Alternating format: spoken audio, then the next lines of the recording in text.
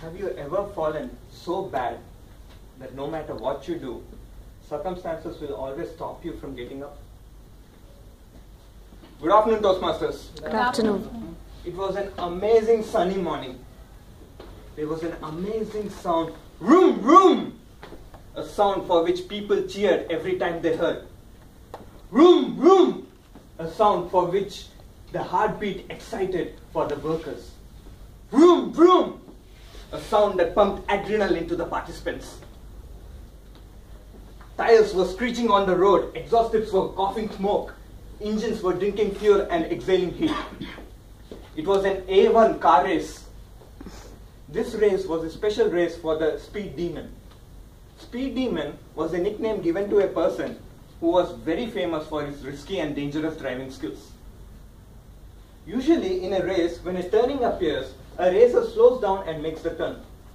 But our Speed Demon takes this as an opportunity, makes the right gear shifts and makes the perfect turn, overtaking the opponent. This is why people used to come to this race. They didn't want to see just another racer drive. They wanted the Speed Demon. They wanted to see the Speed Demon drive. This was a special race for the Speed Demon because if he wins this race, he will qualify for the F1 race, the Formula 1. All the racers were ready. As the lights turned from red to yellow, yellow to green, the racers pressed the accelerator to the floor. The race began. The Speed Demon lived up to his expectation, overtaking each and every opponent who was ahead of him. As his position has increased in the leaderboard, his calculation, caliber, and commitment has also increased. Then came a lap where the racers had to go to the pit stop. Pit stop is a place where the racers stop their car so that their car gets refueled, old tires get swapped with new tires, and the racers get hydrated. As the Speed Demon stopped at the pit stop, he noticed that another racer had overtaken him and took over his lead.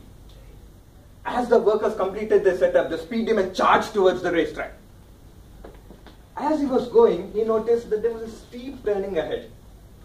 This posed an opportunity for the Speed Demon to take back the lead because he was an expert at these curves. As he approached the turning, he made all the right gear shifts and with a constant speed, he was making that perfect turn. As he was making the perfect turn, he realized that this moment, this very moment would be remembered and would be retelecasted for ages.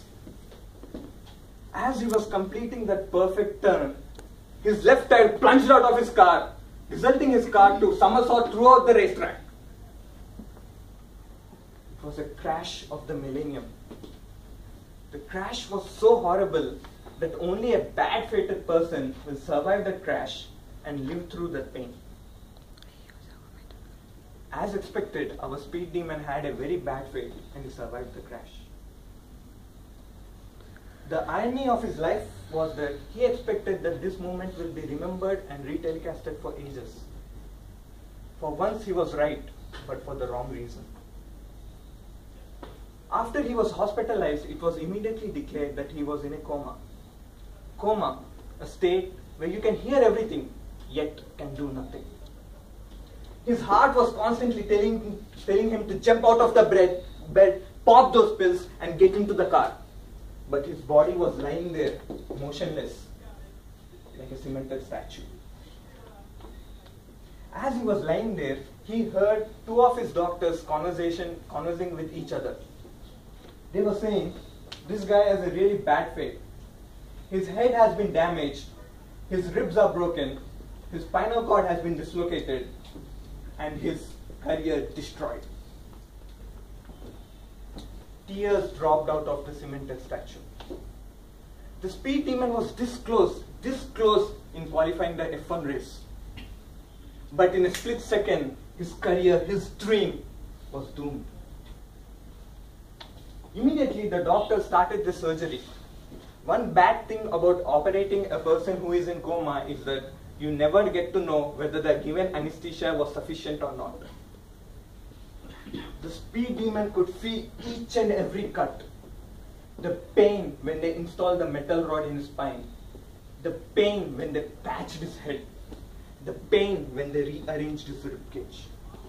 He could feel all the pain and yet was lying there motionless with a poker face. Brutal pain was literally an understatement for what he was going through. After the surgery, the doctors were confused whether he was a human being or an android. From the next day, every day, the nurse took him outside the hospital in a wheelchair, hoping that his body would respond to the outside environment. On one particular day, the nurse left him near a table where a kid was playing. He was constantly looking at the kid who was playing with a toy racetrack. The kid had put a car in the racetrack, pulled it back and launched it. The moment the car launched, there was a sound, vroom, vroom. Next time, the kid put the car, pulled it a little more back for that extra speed and launched it. Vroom, vroom. The third time, the kid pulled it a little more further and vroom, vroom. The car jumped out of the racetrack. And when it was about to fall, the speed demon caught it. He had to stop this crash again. The speed demon was back. He looked into the sky and said, "Stop me if you can." After 2 years, the speed demon was in a race car in the same racetrack in an A1 race. He was ready to race. A reporter came by and asked, "Why are you contesting? You are not supposed to do that. You are medically unfit." The speed demon smiled and said, "Stop me if you can." The fact was that for 2 years, the speed demon has invested his time in preparing for this race. He had personally walked on the racetrack in order to note down the wind flow. He drove on the racetrack with assistants to note down the number of turns and the order of the turns. He memorized, analyzed, and remembered the track so well that his brain was imprinted with the blueprint of the track. And when the race began, the speed demon started going in a zigzag fashion. The audience were really scared whether the crash would happen again, whether he would die really for this time. But every time the speed demon lost control, he took over. He took over and made all the perfect turns at the right time, at the right angle. And he finally completed the race by coming second in the race. The crowd was cheering for him. The reporter immediately came by and asked, "We were really scared. You were going zigzag. Why were you going zigzag? We thought you would crash again." The speed demon then came out of his car, removed his helmet. There was a complete silence when he done that.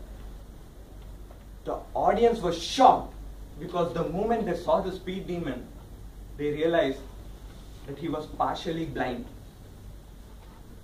The accident was so horrible that it destroyed his retina to such an extent that it was beyond any repair. This was the reason he memorized the track. This was the reason he had spent so much of time in analyzing it. When all the racers drove the car with their eyes wide open, the speed demon drove with his mind. Just imagine a person who is partially blind driving a car which is going more than 100 kilometers per hour, and he could realize only there is a turning ahead of him only when he is few meters away from it. With calculation, commitment and confidence, he won. He won the hearts of the people. The reporter then asked him, "Do you think you would be able to drive in a F1 race?" The speed demon smiled and said, "Stop me if you can." Friends, many times in my life, I have hit rock bottom many times. Whether it was the contest I failed to win in, or the exams I flunked in, or the job opportunities I lost. When you put your heart and soul into achieving something and yet you fail, you feel devastated. But the success mantra over here is to move on.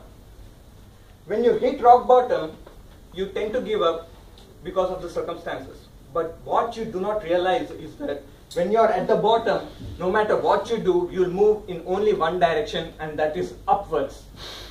No matter what you do, you'll go up, keep going up, and you'll fly someday. with passion, perseverance, and planning, you will get back onto your feet. And when circumstances become an obstacle for you, all you have to say is, stop me if you can. Stop me if you can, Toastmaster.